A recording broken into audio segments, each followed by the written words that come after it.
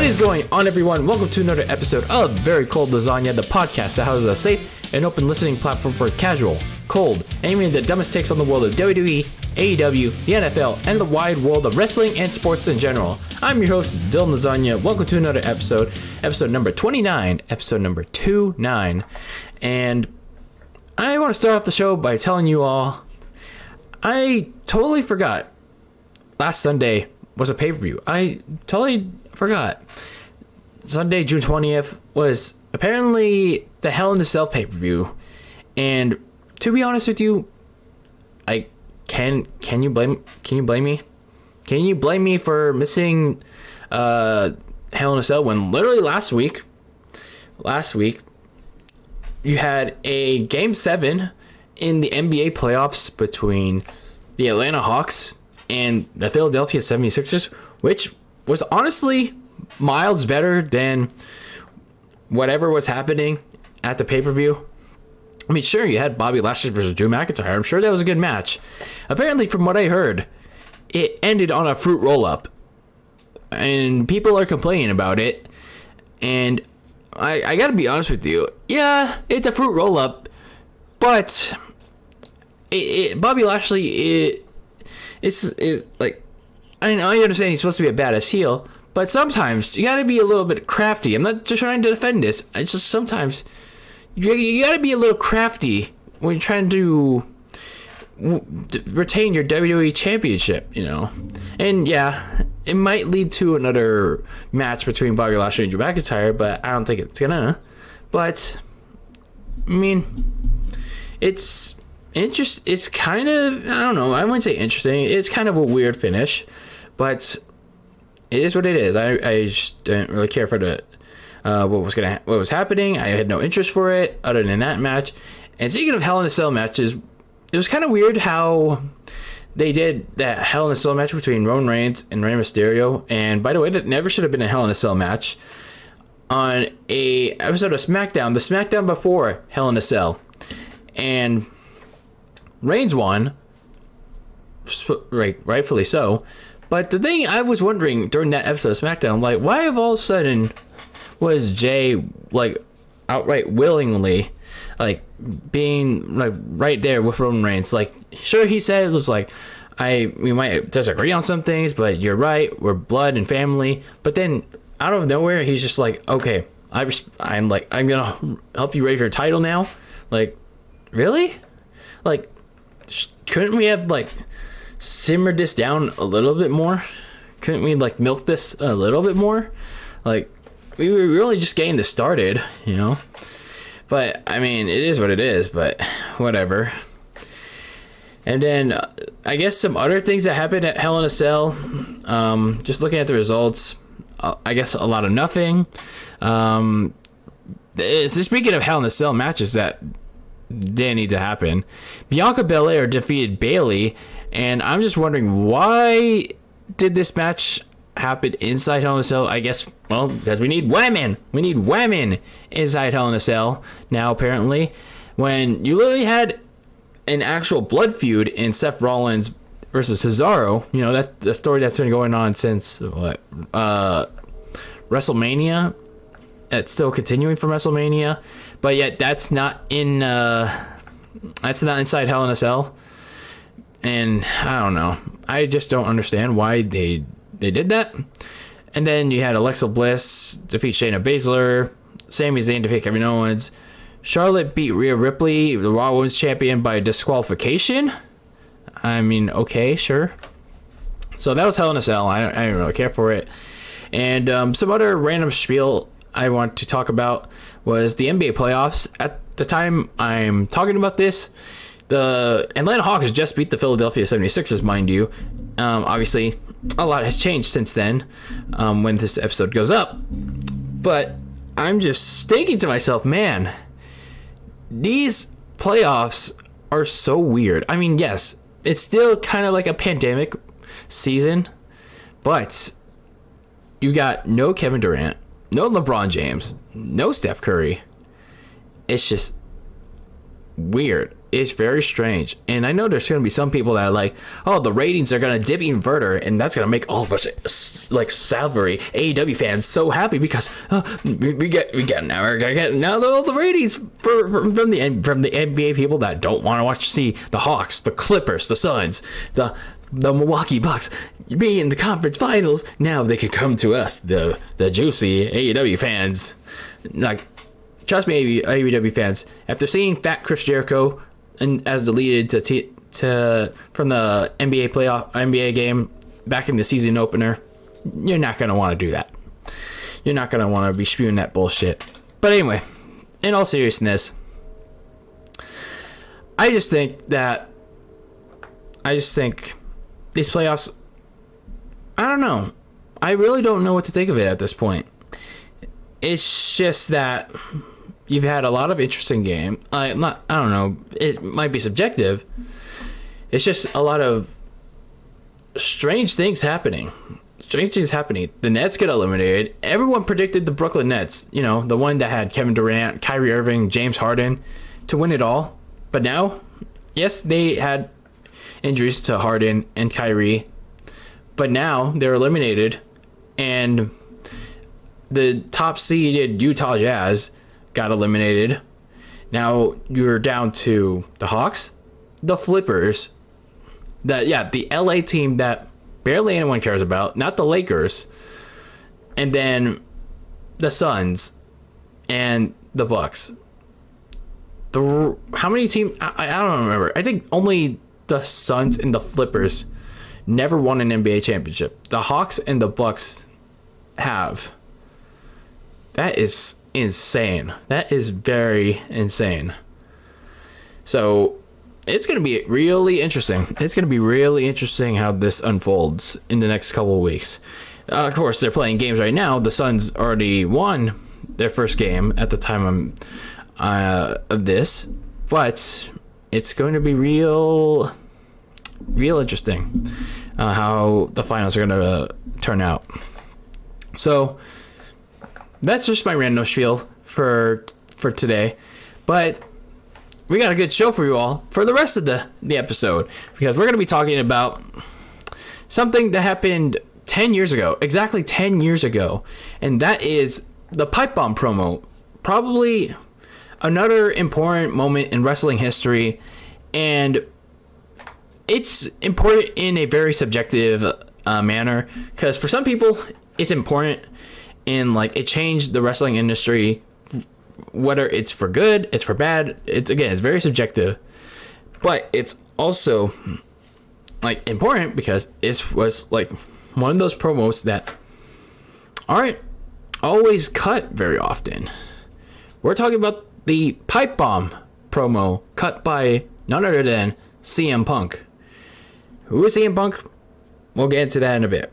But as we always like to do here on the show, we gotta shill ourselves. We always gotta plug. We gotta do our plugs here on this podcast. So without any further ado, make sure you to subscribe, turn on the notification bell, especially here on YouTube, so you'll be notified of each and every podcast episode that comes out, as well as on the YouTube side of things, you get exclusive rants, news videos, whatever you have it on YouTube.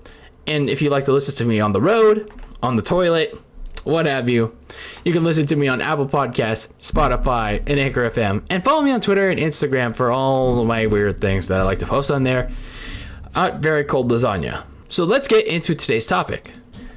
That topic. We're going back into the Old Icebox for the second straight week after we revisited, that 3-1 lead, and we closed the Icebox for that. We're going back into the coldest section of the freezer and looking for this, the Pipe Bomb promo cut by CM Punk, a wrestler that competed in all various places, but most known for his work in WWE.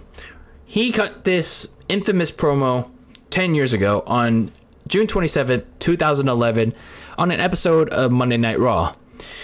But before we even get into that promo, we got to talk about what even led to this moment. What even led to CM Punk cutting probably a promo that often gets talked about, in whether you're a casual, a hardcore fan, or in like a very in the middle road of the fan, kind of like where I stand at this moment. So when we talk about the Pipe Bomb promo, we have to talk about how CM Punk even got to this point. So CM Punk was a wrestler. I say was because he doesn't wrestle anymore. He made his television debut for WWE way back in 2006 for the revived ECW, Extreme Championship Wrestling. And even before that, he was in their developmental territory when NXT wasn't in existence. Back then, the developmental system for WWE was Ohio Valley Wrestling. He was doing that for a year back in 2005. That's where he met Paul Heyman. Some of you know who Paul Heyman is. But even before that, he was wrestling all over the independent scene, from Ring of Honor to TNA to New Japan, you name it. He was wrestling all over the world. He was also wrestling in some very small companies that did a lot of hardcore shit. So when he got to the big leagues, the WWE, he would have some decent success, some moderate success. He would have some success in the first few years, winning the ECW, World Tag Team titles, Intercontinental titles, and 2 World Heavyweight Championship reigns. And he would do that by winning Money in the Bank back to back in the span of WrestleMania 24 and 25. And so far, he's the only person to win Money in the Bank repeatedly, like 2 straight times. And when he did so, some people were still thinking, he's okay. He's alright. And that was the thing. His promo skills and his technical wrestling were reasons why he had some fans, but he didn't really have much of a gimmick. He lived by the code of straight edge, sure, but it was pretty generic. Like that straight edge lifestyle, you know, no drugs, no alcohol, no smoking. It was not really expanded upon until 2009 when he turned heel on Jeff Hardy during that summer in that very good storyline. I highly recommend you check it out. He slowly developed into this cult hardcore leader where he took his real life lifestyle seriously. He tried to attempt to turn it into a cult, otherwise known as the Straight Edge Society. He would try to convince people not to drink. He would try to convince people to shave their heads as a form of solidarity, to no drugs, no alcohol. And it was honestly one of the very best things, not very best, but one of the good, I keep saying very best, but one of the best things CM Punk did at the time. So after the end of his SCS gimmick, he would take over the Nexus group. And the new Nexus wasn't that great, to be honest with you. So he took over for that briefly, and then he won a number 1 contenders match on the June 21st, 2011. So a week before this happened, he won a number 1 contenders match against Alberto Del Rio and Rey Mysterio. And immediately after, he revealed that his WWE contract would expire immediately after the end of the Money in the Bank pay-per-view at midnight on July 17th. So he said, when the clock strikes midnight, when July 17th hits July 18th, he's leaving the WWE, and he's leaving with the WWE Championship over John Cena. So that expiring contract, which was a real deal at that point, that was a legitimate talking point, like a legitimate thing behind the scenes. That became the focal point for CM Punk versus John Cena leading up to Money in the Bank. And that was even when CM Punk and WWE were trying to agree to a new deal. So it was also at that point where CM Punk was frustrated with this spot in WWE, and even though they given him all the tools, he felt they had an ability to push him, like a real push, like be in the main event with guys like Cena, Orton, to a degree, The Miz. at the time. And this was all in the fact that, his, like I said, like 3 times now, his WWE contract was actually expiring. This was not like a storyline that was just, fake. This was a real deal. Eventually they did turn it into a storyline. So, you know what? Vince McMahon was like, you know what? We're going to throw you a bone. Vince McMahon gave CM Punk a mostly open mic to speak his mind. This was documented in that 2012 DVD, The Best in the World. I watched that like about 3 times. It was pretty good. And Punk admitted that he prepared his own promos, but he had to run it down with creative to get it approved, and it was mostly improv. So the stage was set for the most game-changing moment of the wrestling industry in the last decade. But before that, there's even more stuff before that happened. I know we're getting there. So it's June 27th. It's a Raw Roulette episode in Las Vegas. So it's kind of like, the roulette wheel that once it stops spinning, you get what you get. You might lose your waffle money. So CM Punk had a pretty busy night. He was in the opening segment with Shawn Michaels. He mocked him for losing that previous year at WrestleMania 26 against The Undertaker that ended Shawn Michaels' career. And then Michaels hit Sweet Chin Music on Nexus member Michael McGillicuddy, formerly known as Curtis Axel. I don't know what he goes by nowadays because he got released. And then CM Punk was also in a match with Kane, who won the match by countout. And at the time, fans thought his night was over. So in the main event, CM Punk came out to cost WWE Champion John Cena a tables match against R-Truth. And after CM Punk cost Cena the match, and Cena was laying the table in a heap, CM Punk walked up the stage, sat down, like you do in kindergarten, cross-legged, crisscross applesauce, and had a microphone in his hand, setting the stage for that one pipe bomb. So we're about to get into this promo. He's about to talk about this, how he needs to get stuff off his chest. So that being said, let's get into the pipe bomb. I don't hate you, John. I don't even dislike you. I do like you. I like you a hell of a lot more than I like most people in the back. His first few lines, he talks about how he doesn't hate John Cena. He talks about how he doesn't dislike him. His first few lines are about his respect for Cena. And ironically, if you look at it deeply, I know a lot of you don't want to do that, and that's fine. But many of those issues that Punk addressed and what he was about to get into a lot of it was about John Cena and Vince McMahon's behind the scenes infatuation, his love for John Cena, and the love and hate relationship that Cena had with the fans. Because as if 2006 wasn't bad enough for John Cena, the early portion of the 2010s, we're at a point where wrestling fans just had enough about John Cena. They seen enough of John Cena's especially PG-friendly superhero gimmick. And it's kind of weird because the millions of casuals, the millions of media figures didn't admit that, like the hardcore fans wanted to, that nobody liked him.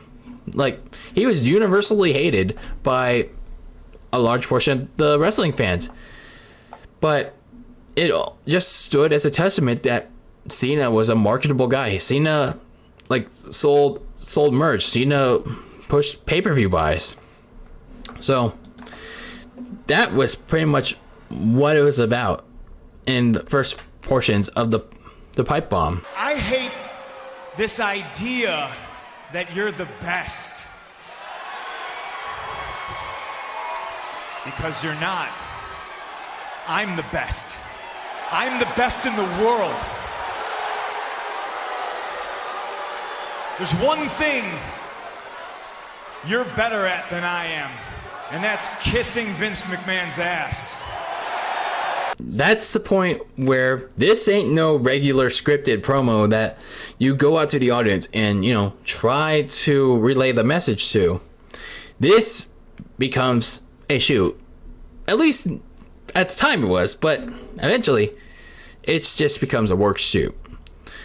So at this point, Punk starts to blur the lines between kayfabe and real life, and he, with that line of you're good at kissing Vince McMahon's ass, this was getting to the point where he starts to call out Cena's backstage politicking, and in turn makes Cena's whole character of never giving up, never backing down, never quitting, and going up against the bad guys kind of makes him look like a hypocrite. I am the best wrestler in the world.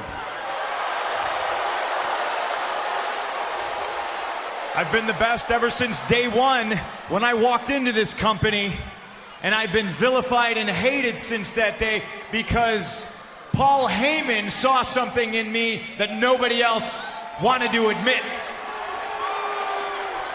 That's right, I'm a Paul Heyman guy. You know who else was a Paul Heyman guy? Brock Lesnar. And he's split, just like I'm splitting, but the biggest difference between me and Brock is I'm going to leave with the WWE Championship. Punk proclaims himself as the best in the world, but technically, that would be Chris Jericho, since he invented the nickname first. But in all seriousness, he at the time, CM Punk at the time, gave reason on why he believed such notion. He talked about how he believed he's the best since day one when he walked into the company. But then again, he never really gave much reason as to why he was the best. Like, he could have, I guess later on in the promo, he gave some snippets, but he should have said why he was the best. But he goes on to talk about how he's been vilified and hated since the day he walked into WWE. And you know what?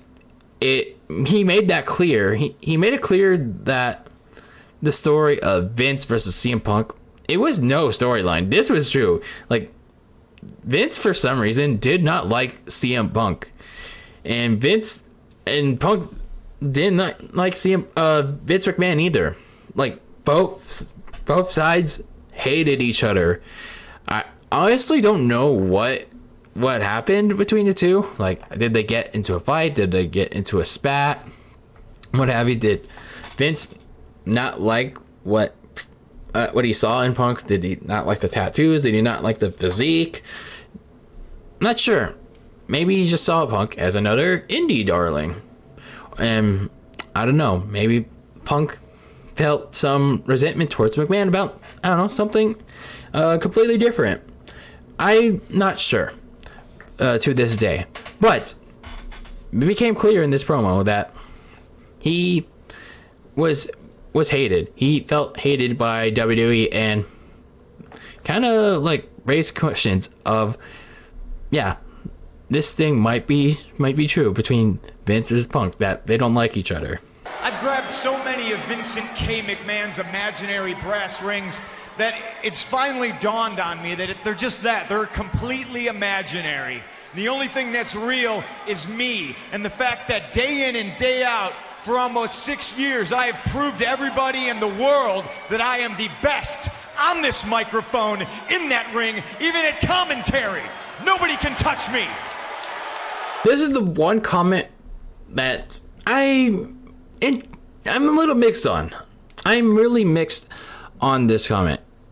It's kind of true, but to this day, it also bothered me because of all the promos like that had been cut in regards to this brass ring comment. You know, I want to get the brass ring, pal. So I want to dissect this in the best way possible. CM Punk believed that his hard work, supreme talent, like this ethic, should result in a higher position on the roster, and to a degree it did in the short term. He had, I have to admit, CM Punk, growing up, for me, he had the tools to succeed. He could have been one of the top guys. He had the mic skills, he had the wrestling ability, and sure, he didn't have like the character, but he more than made up for that with those two things I just listed. And sure, he didn't have the build, he didn't have the muscle mass, but he was a charismatic guy. He had that to back him up. The problem was not everyone bought into it. It didn't draw eyes of the casual because people want to see big dudes fight in the ring. They want to see charismatic guys go at it with each other. They want to see something believable. I guess people didn't believe in CM Punk. And I guess it's just wrestlers like Punk were one of the reasons like viewership gradually declined. And I will say this though, with this brass ring comment, at least with CM Punk, when he saw his improvements in the ring, on the mic, and from a gimmick standpoint weren't enough, at the time, he decided to do something about it. He decided to go up, stand up for himself towards Vince McMahon and Triple H and say, hey, can you try to do something with me? The wrestlers today, they just go on Raw Talk or Talking Smack to talk about how hard they work and how they deserve to get a title opportunity, despite being complacent as fuck. Because look at the wrestlers today. Look at all the wrestlers that try to cut these pipe bomb promos, and all these fans are praising the fuck out of it. And did you all not watch this promo that we're trying to like revisit right here, right now? Because this promo, for, I don't know, like, it's depending on your like your judgment. This was miles better than the promo that you see on Raw Talk or Talking Smack, and that's the one you're praising. Give me a break. Just because you work so hard at your job doesn't mean like you deserve an opportunity. And that's in relation to the wrestlers today. Because unlike CM Punk, and again, this is not to like dick suck the guy, these wrestlers don't have the drive to improve themselves. They don't want to apparently be marketable pieces, or in the case of Punk, even with their improvements, take a stand with where they're at. They don't want to go up to Vince McMahon and say, hey, can you please try to do something with me in a better way? Why can't they say anything? Wait, what? Or what? You're gonna get fired? Say something. Say something to the man. Say something to the creative team. Because at least with Punk, he tried. He really, really tried. So we get into this portion of the promo where after this, that CM Punk talks about ripping on the lack of promotion, The Rock main eventing WrestleMania 28 with John Cena, and the fans that were cheering him about all these facts were hypocrites themselves for buying something not featuring CM Punk and also asking him for an autograph, which was an interesting point of view, but also points to his cynicism. The reason I'm leaving is you people, because after I'm gone, you're still gonna pour money into this company. I'm just a spoke on the wheel. The wheel's gonna keep turning, and I understand that. But Vince McMahon's gonna make money to spite himself. He's a millionaire who should be a billionaire. You know why he's not a billionaire? It's because he surrounds himself with glad-handing, nonsensical, douchebag yes-men like John Laurinaitis, who's going to tell him everything that he wants to hear. And I'd like to think that maybe this company will be better after Vince McMahon's dead. But the fact is, it's going to get taken over by his idiotic daughter and his doofus son-in-law and the rest of his stupid family. Let me tell you a personal story about Vince McMahon, all right? Can we do this whole bully camp? So that's where the pipe bomb promo ends. CM Punk tries to get into a personal story about Vince's anti-bullying campaign, which was the Be a Star campaign, and yeah, that's another story for another time. But I want to get to the biggest point in Punk's pipe bomb promo, because it's a very big point that stands today. He talks about how Vince surrounds himself with, like, what does Punk call it? Glad-handed, nonsensical douchebag yes man like John Laurinaitis, end quote, who's going to tell him everything that he wants to hear, which is essentially true. Vince McMahon still does this.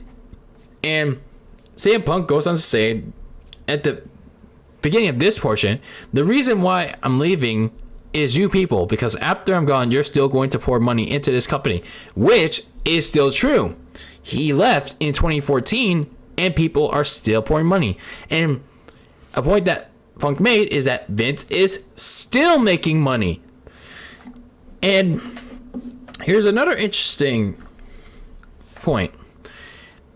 It's also true that even though Vince McMahon is, not, dun dun dun dun dun dun dun dun, it's also true that Triple H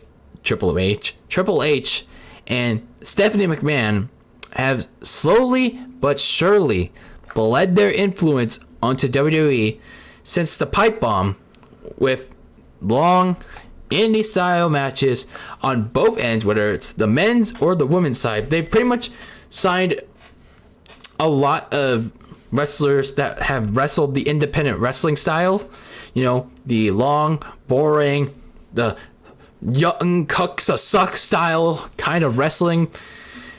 And they signed wrestlers that look like Punk but with much less charisma, and women that are I don't want to So in essence, Punk pretty much predicted the future, and for the worse. And that line about the company being better off after Vince is dead has been completely taken to another level by the IWC over the years. And guys, stop it. It ain't cool.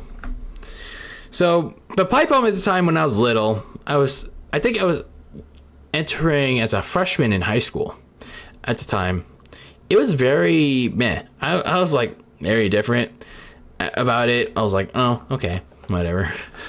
But as it grew on me, I was like, all right. CM Punk's starting to grow on me a little bit. So as the years went on, in my opinion, Punk was right about some things. And of course, other things Punk was not so right about. So after this promo, CM Punk would go on to win the WWE title in his hometown of Chicago at Money in the Bank and quote-unquote leave with it. And behind the scenes, as documented in the 2012 Best in the World documentary, Punk was still undecided on re-signing with the WWE, but he finally did once Vince promised a WWE title win in favor of Punk as the title match finish. So CM Punk is off TV for a week. He has this Comic-Con run-in with Triple H, and thus begins the summer of CM Punk. So on the next episode of Monday Night Raw on June 25th, actually it was July 18th, they announced a WWE Championship tournament to crown a new WWE champion. And it is also on that episode that Triple H becomes the storyline COO of WWE, and it starts that very weird angle. And then the following week, on the July 25th episode, they have that tournament to crown a quote-unquote new WWE champion. And at the end of the night, John Cena beats the new WWE champion, Rey Mysterio, to become the WWE champion. So it was also in that night, CM Punk came out with a new theme song, Cult of Personality. And with that t-shirt, he wore Money in the Bank. And from there, he would face John Cena at SummerSlam to determine the true WWE champion, which CM Punk won. But things start to spiral down quickly. Kevin Nash returned and attacked CM Punk, and Alberto Del Rio, yes, Alberto Del Rio, was the Money in the Bank winner the previous month, and he used his Money in the Bank opportunity to cash in and win the title off of Punk, and this was when things started to go downhill. He would go on to feud with Triple H over Kevin Nash, and that would lead to a match at Night of Champions in the main event, which Triple H won. And this was the match that would really derail Punk's momentum and pretty much his morale for the rest of his wrestling career. So, even though Punk would finally regain the WWE title at Survivor Series, but by then, a lot of people stopped caring. The momentum he had from the summer of Punk back in July of 2011, it was long gone. People didn't care as much about CM Punk back then. Back when Survivor Series 2011 rolled around. And this was the start of the 434-day reign. And for people to care so much less about Punk at the start of this reign, that was depressing. That was either depressing or an indication of WWE kind of dropping the ball on Punk. So, CM Punk has this 434-day reign, but it's kind of a 430-day reign of disappointment, of frustration for CM Punk. Because even though he was WWE champion for 434 days, he was often not in the closing match. He was often not in the headlining spot. And you could say for good reason, you could say for not good reason, but John Cena would main event large portions of that of pay-per-views, whether it was against Kane in an ambulance match, John Laurinaitis for whatever reason, Brock Lesnar in an Extreme Rules match, and against the Big Show in a cage match. Whatever the case may be, John Cena was chosen in favor of CM Punk because, well, I guess WWE, Vince, believed that even though, regardless whoever WWE champion was, Cena was still seen as a star that had actual mainstream appeal and actual credibility that CM Punk just didn't have. So, out of any of the pay-per-views that Punk he headlined SummerSlam, Night of Champions, Hell in a Cell, and Survivor Series 2012, as well as the 2013 Royal Rumble where he lost the WWE Championship to The Rock. So, yeah, that's not good at all. For a WWE champion that didn't headline a lot of pay-per-views, that's not good at all. It was also during this long reign that he'd be engaged in some very interesting feuds, like Chris Jericho attempting to get Punk to drink alcohol, the whole crazy chick AJ Lee love story, but it did work out for Punk in the end because they actually got married in real life, so they tied the knot there, so good for them. And that very, very bad decision by WWE to rush a rejuvenated and repackaged Skip Sheffield, aka Ryback, into a WWE title Hell in a Cell match because John Cena was injured, and let's, for some reason, put the then hot at the time Ryback into the main event role for whatever reason. So, while Punk had the promo skills to maintain himself as champion, the booking, the writing, it just simply wasn't there. And a lot of people just didn't see him as a ratings draw. So, we get to the point where he lost the title to The Rock at the Royal Rumble. Punk would lose a rematch to The Rock at the Elimination Chamber, as well as to Cena the next week for whoever faces The Rock at WrestleMania. So CM Punk goes on to face The Undertaker at WrestleMania, but he also takes a hiatus after that. And by the time Punk returned in June 2013, it was starting to become clear that he was getting frustrated with WWE. And even though he had a banger, he had a good match with Brock Lesnar, like probably one of the best matches of his career. Like honestly, one of my favorite matches of all time. It became clear that WWE had nothing meaningful for CM Punk in the form of mid-card feuds with Paul Heyman, the Wyatts, The Shield, and Kane, heading up to probably one of the saddest things. Like, I don't mean this in a good way, like, or even in a bad way, for a man to do. So his frustrations came to a head the night after the 2014 Royal Rumble, where he walked into Vince's office and told him he was going home. He legit took his ball and went home because he was frustrated with this spot in the company, and there was actually more to that. So about 10 months later, after he walked out on the company, he went into high detail on Colt Cabana's podcast in November. I think this dropped around Thanksgiving time. So he revealed the following. He was suspended 2 months for the walkout, and nobody contacted him after it ended. Company executives gave him a runaround. In other words, they just left him on voicemail. When he reached out for unpaid royalties, he was officially fired on his wedding day with AJ Lee back in June 2014. And at the time, he considered how he was fired the final straw and vowed to never work with WWE, never return. And yet people still want him back. So his health was the main reason why he left. And he said that he worked through an untreated staph infection, which Punk later acknowledged in a trial that this was never diagnosed. But he also worked with broken ribs, injured knees, and multiple concussions. All while Punk felt that WWE was pressuring him to wrestle before he can have a chance to completely recover.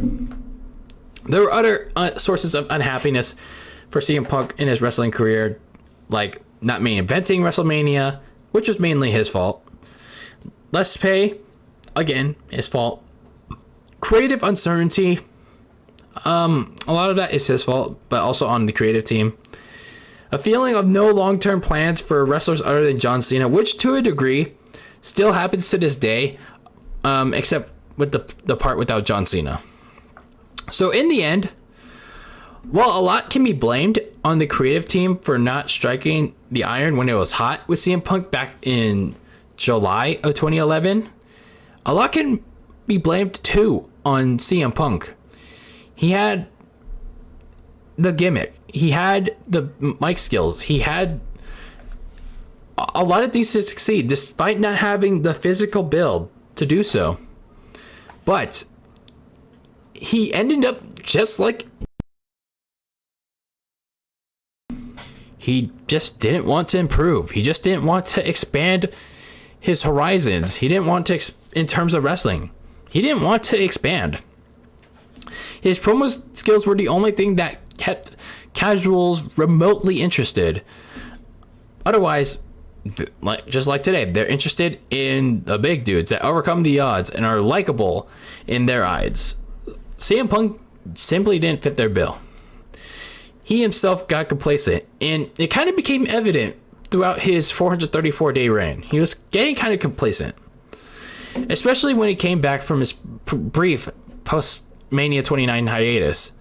And I'm just starting to think for myself, like, why didn't he say anything about being, like, very unhealthy to Vince?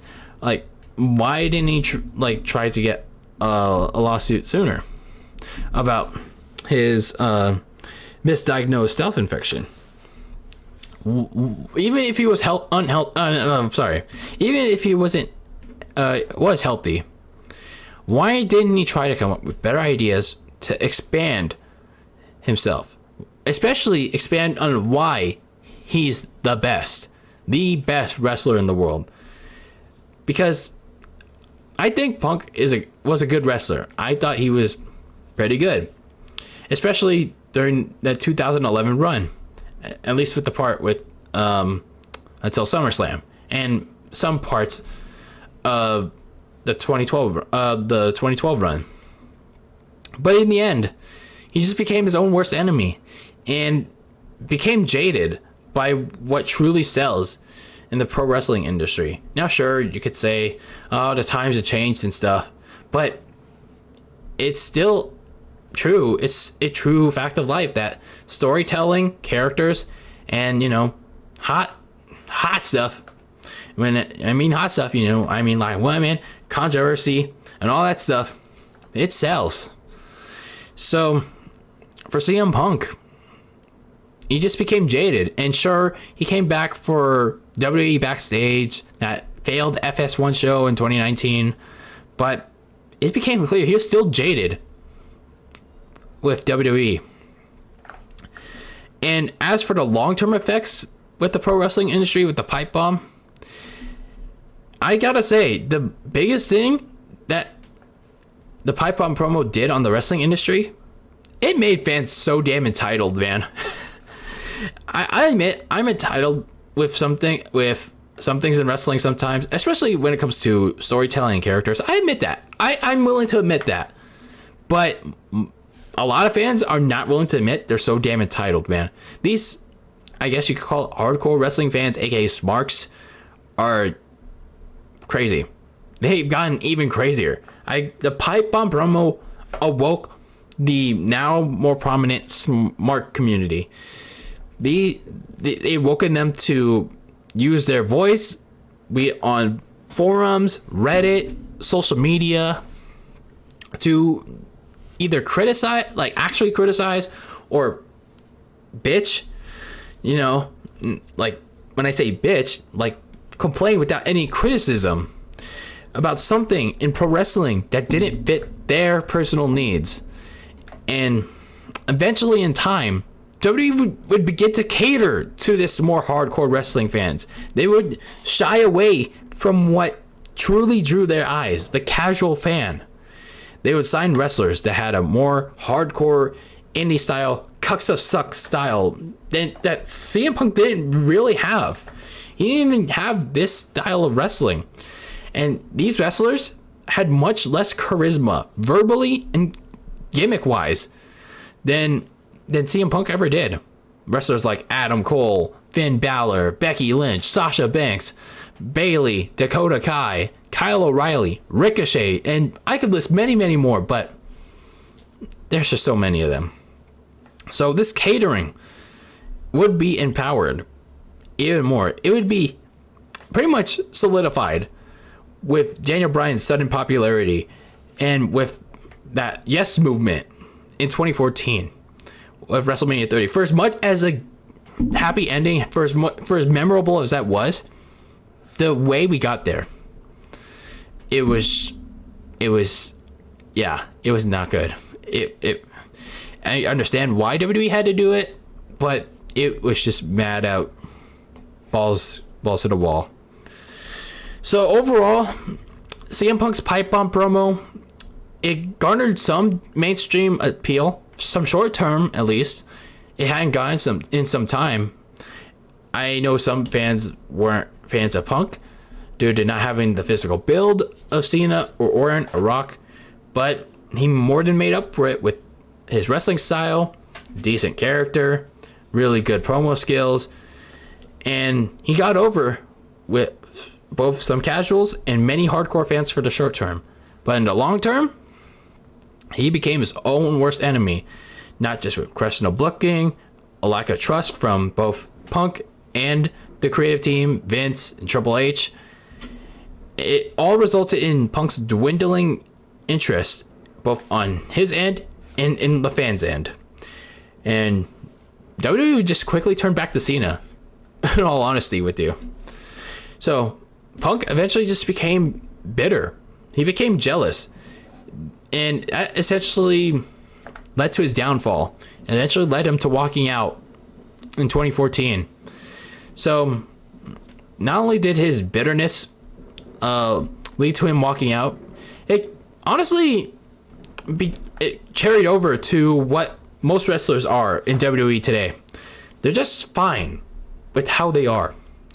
When he couldn't make improvements to market himself more, to put himself in a higher spot, unlike with 2011, in 2014, he took his ball and went home and never came back. So, in the end, the Pipe Bomb promo was certainly a promo by CM Punk that shook the wrestling world. It shook the mainstream world by storm. But it also changed the way wrestling eventually was going to be portrayed. And it's going to be portrayed for the worse. It eventually turned out for the worse. And that's honestly a sad reality, man. It really is. Like, I like CM Punk, but man, he predicted a very bad future for us. But man, it was a interesting, like, retrospective going into this Pipe Bomb promo. I honestly have not seen it ever since I first watched it. I honestly haven't, but it was fun looking back at it again. So I thank you all for going back in time with me into the Old Icebox for another blast in the past. We're gonna close it up again for now.